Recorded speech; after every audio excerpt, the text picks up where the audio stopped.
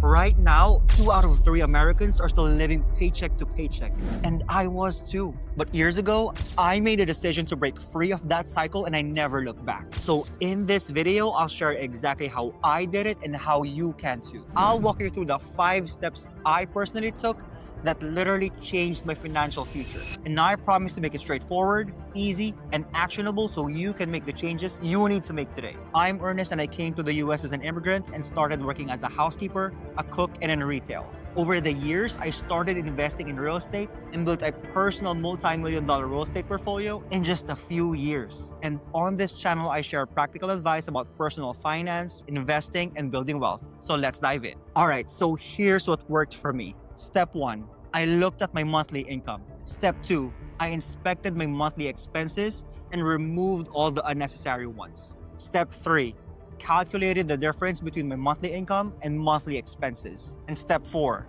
I automated my monthly saving. And watch until the end of this video and I will share with you the secret last step that'll ensure your success in changing your financial future. Follow these steps in order and you can start breaking the cycle too. All right, so step 1, list all of your monthly income. All right, so this shouldn't be hard. You probably earn a paycheck or you have some sort of way of generating income, right? If you earn a paycheck and get paid every week or every other week, write how much you get paid every paycheck. Then convert that number into your monthly income.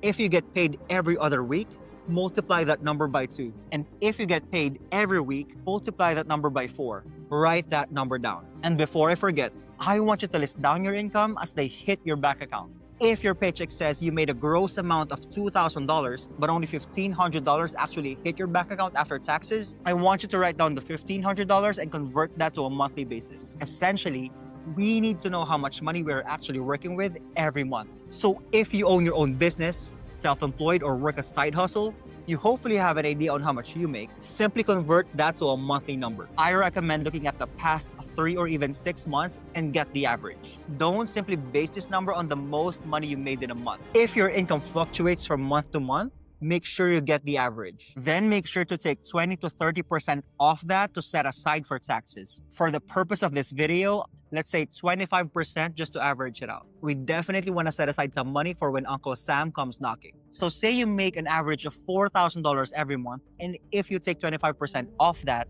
that only leaves us with $3,000. At the end of this step here, the goal is to simply know how much income you make on a monthly basis and how much we are actually working with. Step 2, I inspected my monthly expenses and removed all the unnecessary ones. All right, so we then need you to have a look at your expenses. And there are multiple ways on how you can do this. Other people recommend to download 90 days of bank and credit card statements and put every expense into categories like housing, food, subscriptions, and debt. While some people recommend to use budgeting apps like Mint or Rocket Money. And yes, I'm sure those are all great options. But I'm willing to bet that if I told you that, there is a good chance that you might not actually do it.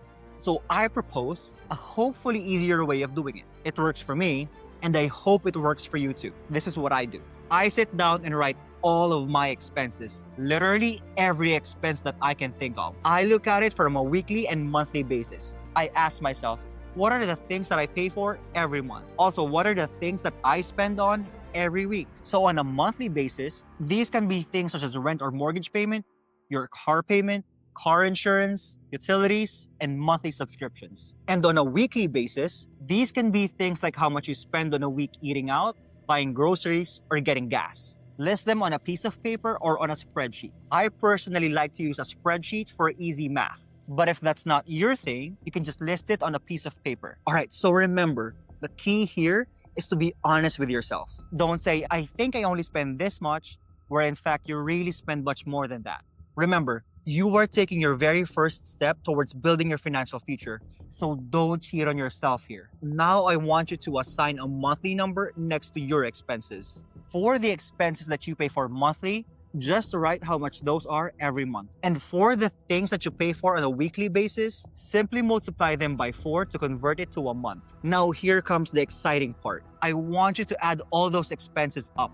And once you do, take a pause here and ask yourself, how do you feel? Are you happy? Are you surprised? Did it make you nervous? I want you to take a few seconds and let that feeling sink in. And I want you to remember that feeling as you progress along your financial journey. This is a huge step. There are a lot of people who haven't even done this. So congratulations on getting this far. Remember, you don't need fancy software. You just need to be honest with yourself. Even a simple spreadsheet works. So now that you've listed all of your expenses, I want you to take this a step further and assign percentages to your expenses just to give it more context. So the math is your individual expense divided your monthly income. Say, for example, you make $4,000 a month and you pay around $1,500 in rent. Divide that $1,500 by $4,000 to see that you are spending 37% of your income towards rent. Do this for every one of your expenses and look at how much you are spending on something relative to your income. Now, this is the hard but kind of fun part depending on how you look at it. Look at the percentages assigned to each of your expenses and see what expenses have the highest percentage. The reason I want you to do this is to identify which of your expenses are draining your income the most. Are you spending too much on rent or on going out or maybe on eating out? The average American spends about 35 to 40% of their gross monthly income in rent and about 20% of their income in car expenses every month. Take note, these percentages are based on their gross monthly income, which means even before taxes are taken out. So in reality, the average American spends maybe closer to 50% or even more of their monthly take-home pay towards rent and around 30% of their take-home pay towards car expenses. So where do you land on these numbers? Are yours too high or are they low? Now, I admit, this is the challenging part. I want you to attack those expenses with the highest percentages and try to figure out how you can spend less on each of them. If you're living by yourself, can you maybe consider moving in with a roommate? If you're spending too much in your car, can you maybe swap it for a more affordable car? For a lot of people, they fall into the trap I call subscription creep. They subscribe to a streaming service like Netflix, and then Disney Plus, and then they also subscribe to Hulu, and then before they know it, they are paying hundreds of dollars every month on subscriptions they don't really need. In 2026, the average American household has 12 subscriptions. So ask yourself, do you have any subscriptions that you're paying for that you don't necessarily need? In that case, I recommend unsubscribing to the ones you don't really use and keep the one or two you use most of the time. Inspect all of your expenses and see how you can make a difference on each of them and make them a little bit less. Now, I know this is not the easiest thing to do, but remember what you're doing this for. You are trying to change your life for the better and building your personal wealth. I encourage you to take this big step and don't think about what other people are going to say. You are doing this for yourself and your family's future. Step 3. Calculate the difference between your monthly income and your monthly expenses. Now, this one is simple. Simply subtract your monthly expenses from your monthly income. The number that you get here represents your monthly savings amount. Now again, I would like you to pause here and reflect. How do you feel? Are you satisfied with your monthly savings? If you multiply your monthly savings by 12, you can get how much you'll be able to save over the next 12 months. Now, are you happy with the amount you're going to save? Maybe you are, and that's great.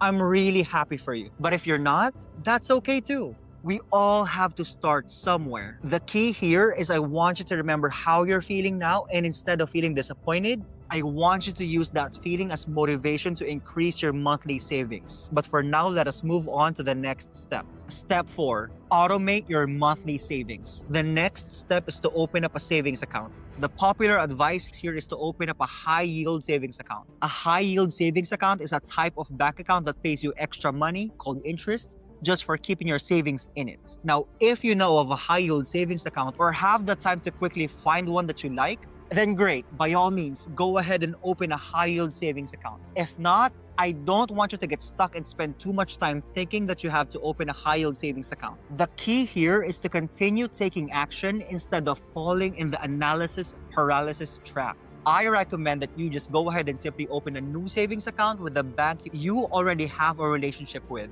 Don't think about it too much. Simply take action. The reason I want you to create a savings account is because I want you to have a fresh start on your new journey. This savings account represents a new chapter in your life, a chapter where you decide to take control of your financial future. So yeah, for this step, simply go ahead and open up a savings account. Next, I simply want you to set up an automatic recurring transfer from the account where you receive your income to the new savings account that you just opened. Choose a monthly recurring schedule and start date. For the start date, I want you to set it on the first of every month. Again, this is more of a mindset thing. I want you to set that money aside every month, even before you can spend it on your expenses. That's it. Nothing fancy, just a real actionable step.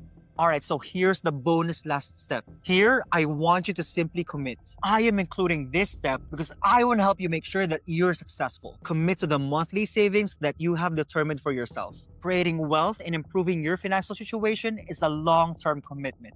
It does not end with you watching this video or setting up the monthly automatic recurring transfer. It is a continuous process from this point forward. Life is going to throw many things at you that will try to derail you from your goals. Your friends are going to invite you to something that you haven't budgeted for, or you're going to have an unforeseen expense. And that's okay. That is just how life works. But every time that happens, I need you to go back to your commitment to your financial future and remember why or who you're doing this for. So to recap, step 1, list all of your monthly income. Step 2, inspect all of your monthly expenses and ruthlessly remove all the unnecessary ones. Step 3, calculate for the difference between your monthly income and expenses. Step 4, automate your monthly savings. And finally, the most important last step, simply commit. All right, so there you go. That's exactly how I stopped living paycheck to paycheck and change my financial future. So if you want more personalized help building your own plan so you can stop living paycheck to paycheck faster, I offer one-on-one coaching where we work through your numbers together. I'll put the link in the description below if you want to learn more. And if you found this video helpful,